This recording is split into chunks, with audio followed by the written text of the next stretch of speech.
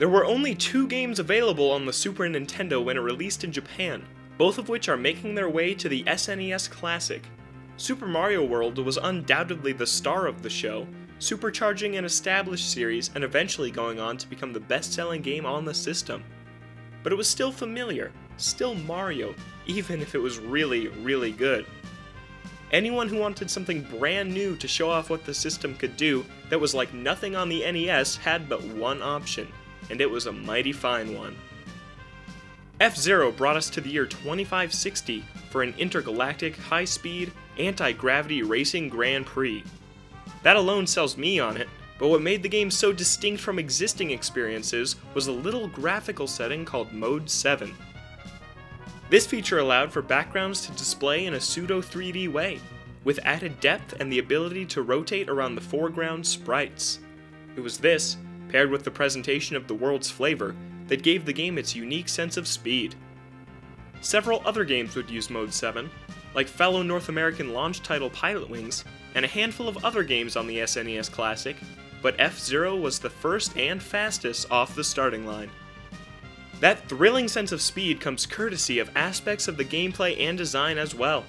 Being able to boost your craft at times adds not just to the action of the race, but strategic possibilities when it comes to shaving seconds off your best times. You also had a limited number of shifts and, effectively, a health meter to manage. The risk of having your craft break down always made me think about racing differently, as a sort of resource management exercise paired to the tight reflexes needed to pull ahead of the pack. Add in dash plates, jumps and energy recharging lanes, and tracks go from simple 5-lap strolls to the perfect recipe of retro racing. It may not have invented several of these things, but the added graphical capabilities and that trademark Nintendo polish made first place an easy feat. What makes F-Zero appealing is just how much flavor and variety comes along with this setting. Over time, the series would gain a varied and unique cast of characters from across its galaxies, and even when there were only 4 available characters in the original game, it was enough to get my imagination running. The character Pico, pilot of the Wild Goose, was my go-to in the original game both for how well his machine worked for me, and because as a pilot, he was the only non-human character at the time.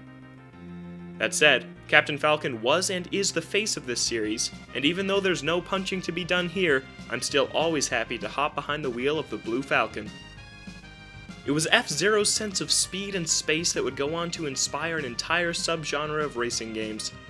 Series like Wipeout and Fast Racing owe a lot to F-Zero, and it all started back in 16 bits in 1990.